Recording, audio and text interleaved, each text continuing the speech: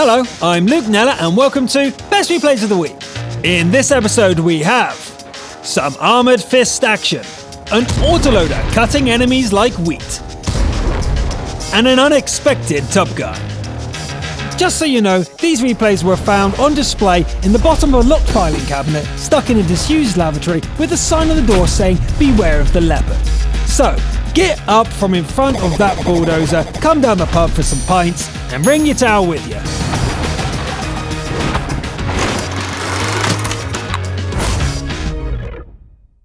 Let's begin with an Armored Fist game from the EU servers, where Kettetutti and 6 hearty clanmates battle for bragging rights to the Siegfried line. Kettetutti drives an IS-3, the tank which forms the backbone of the Finn clan's force. The opposing team has a more varied mix of machinery. Tutti rushes the first shot, but lands the next 2 and scores a kill for the team. Things start going wrong though, and before long it's starting to look like a crushing defeat. But when the going gets tough, the tough get going. Kettetutti wins the duel and punches a hole into the Carnarvon for good measure. The last ally goes down, leaving Tutti with 3 tanks to deal with. Our hero reverses into cover, tagging the British heavy a second time on the way. They do not follow, and instead attempt to capture. Kettetutti circles around, peeks out of cover, and assassinates one of the Tigers. The second Tiger is in cover, and the 2 heavies bounce shots off each other's turrets. The opponent pulls back behind the burning hulk of the first Tiger. But as it turns its turret, there's a tiny opening. 1 sniper shot later, the enemies are down to 1. The Carnarvon is coming. Its turret rises into view and boom! The game is over. A nice quick game there to get us going. The more grim things got, the harder Kettetutti tried to save the day. Well played, Fox Girl! Continuing on the EU servers, we have a Top Gun game, but with a machine I never expected to see on the show. The Churchill gun carrier can be very challenging to play, so maybe that's why Young is making that face. The battle is an encounter on Moravanka, and the gun carrier is in the middle of the pack. Young heads east, entertaining the other players with an anecdote along the way. Enemies have been spotted. Young turns towards them, but gets pounced upon by a Luchs. It makes the mistake of turning back and becomes the first kill of the match. This OI deserves some attention. The gun carrier has good gun depression, so Young can peek-a-boom over the little hill. There's always time to harass a Tiger before finishing off a kill. A Skoda T24 bolts like a startled rabbit after the first shot, but it doesn't get away. The Tiger from earlier receives some more punishment, but an ally claims the kill. Young creeps towards the next victim, and is once again ambushed by a rodent. The China doesn't make use of its mobility advantage, and becomes kill number 4. The KV-85 bounces a shot, and the T-67 takes its place as the 5th kill. Not to worry though, the KV follows it to the garage soon after. Picking off the damaged Hellcat is easy enough, and then it's time to go sort out the capture. The game is 3 against 3, and Young is at 7 kills. A second OI comes into view. The gun carrier can damage it well enough, but trading shots is a bad idea, as we can see. Luckily there's no follow-up shot, and Young can slip away unkilled. The distant Su-152 is a difficult target, but repeated attempts gets it down to 3 hit points. The OI is now killable if Young can get to it without risking a shot. The opponent backs up, exposing a flat surface, and gets blown up. That's 8 kills and all allies are dead. Can this unlikely murder machine carry the game all the way? The capture bar is getting uncomfortably long, and there are 2 opponents to deal with. Which one first? Young turns towards the 82. They both fire and blow up in a double kill. Oh no! Another heartbreak ending this season, this time for an unexpected kill streak. Just take a look at those numbers. 5k damage is impressive with any tier 6 machine, but with this turretless crawler, it's downright amazing. Now let's move over to the Asian server for a Defender game featuring LeChippy in a tough-as-nails KV3. The match is a Tier 7 assault on Siegfried Line. The Defender heads north and meets the attacking force at the outskirts of the city. The jumbo stick armor is not a problem for the KV. The 122mm shells blast through every opponent and soon claim the first kill of the match. As this tank blows up, our defender realizes the flank is clear. Time to head back into town, helping to dispose of an Object 416 along the way. LeChippy beats up an Oni and then a T-29, with teammates securing each kill.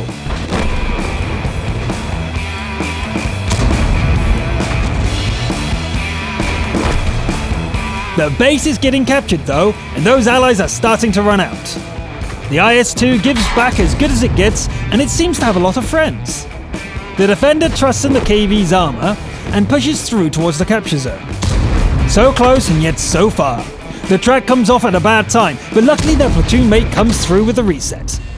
Back on the move, and with a lucky hit on the Comet for good measure. The platoon mate gets a few last hits on the Kappa before dying, and leaving LeChippy alone against 5. Okay, let's do this. 4 of the 5 are here, but the T-150 has clearly bailed from the match. LeChippy finishes off the Comet and struggles to draw a bead on the AMX. The KV-3 is a tough machine, but it's starting to run out of undamaged components. The AMX is down, and the Su-100Y hilariously finishes off its AFK teammates. This is bad. The artillery strike turns our Defender into a sitting duck, and the enemy can't miss at this range. Somehow the TD finds a way to mess up its shot, and LeChippy turns it into scrap. The RT is still on the ball, however, this time lighting the tank on fire. It would be good to get going now. Really good. You guys? The track is repaired at the last possible moment, and the artillery strike misses by meters. The artillery tries its luck a few more times, but LeChippy is long gone. The KV is mostly held together with duct tape at this point, and the Defender needs to avoid any further artillery strikes. LeChippy sets up an ambush and waits. And then waits some more. When the SVG does appear, it's from the other side of the capture circle. The FV fires on the move and misses. LeChippy returns fire, missing as well. The FV's second attempt goes high, and it doesn't get a third go. Victory for the Defender. Well done, LeChippy. Sometimes we need luck as well as skill, but the most important thing is to keep fighting no matter the odds. Now let's go back to the EU region for a 3-player brothers-in-arms game on Fjords. The players are Fredstra driving an IS-5, Darkness 03 in an AMX Chasseur de Chars, and Gruzing 93 in a T-34.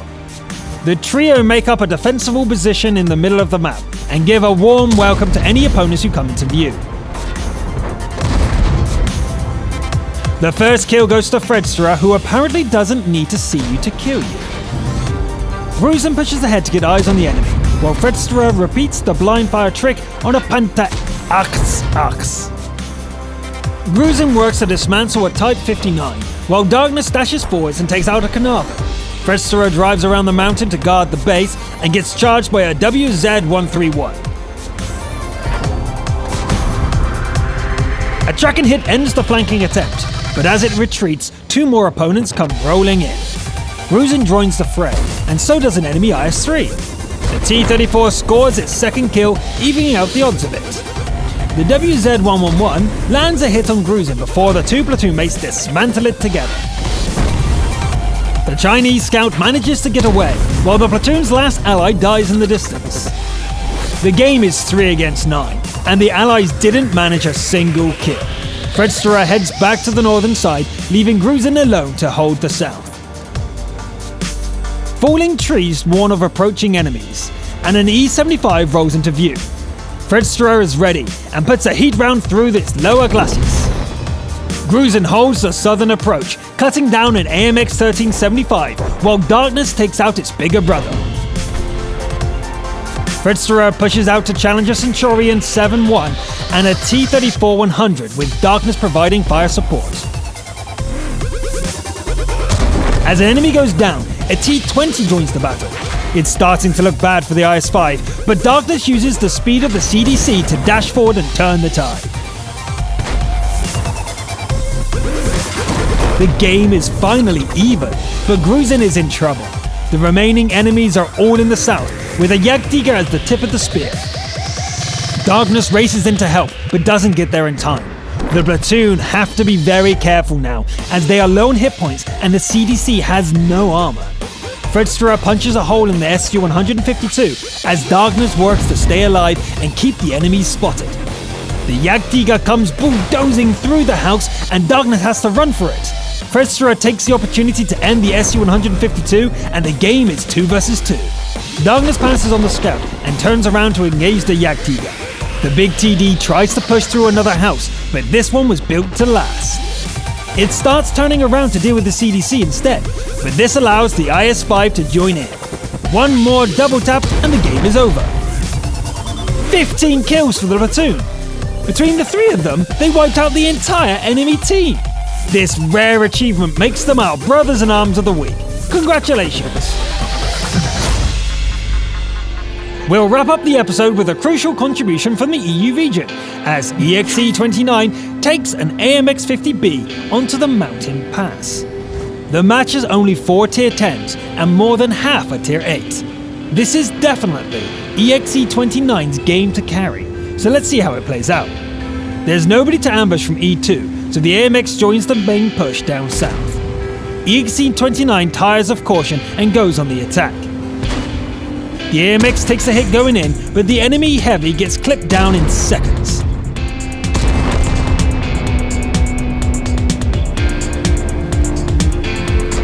The American rival is crossing the bridge, and EXE-29 takes the opportunity to put a few shells into him.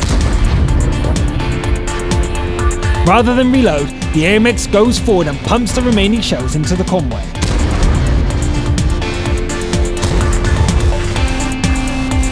EXE-29 focuses like a Zen warrior and explodes into action. A single drum of shells produces 4 kills in an amazingly rapid sequence.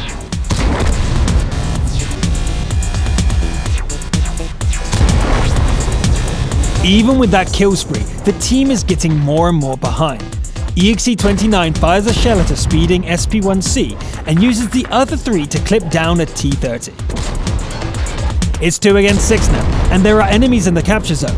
As the AMX races against the capture bar, the last ally dies in a decap attempt. The bar hits 100, but EXE-29 blows up a kappa before the exclamation mark appears. The second opponent can just blink in confusion before joining its friend in the scrapyard. Okay, 1 against 4, with 3 of them being artillery. EXE drives back south and makes short work of one of them. The capture alarm goes off again, and it's time to drive back to the base once more. Taking out a T-28 prototype isn't much of a challenge, but the hit point loss will make arty hunting more dangerous. A 2-minute warning goes off. Is there enough left to hunt down the SPGs? EXE-29 is going in with HE loaded. 1 minute, this is it. The AMX drives straight up the ramp and is rewarded with a 1-hit kill. Where's the second one though? The clock is ticking. As it happens, the last SPG comes into view, looking a little unprepared. EXE-29 fires and misses, as the opponent lines up a shot. Both fire at the same time, but the opponent's shell goes high and wide. Victory, and with 24 seconds to spare.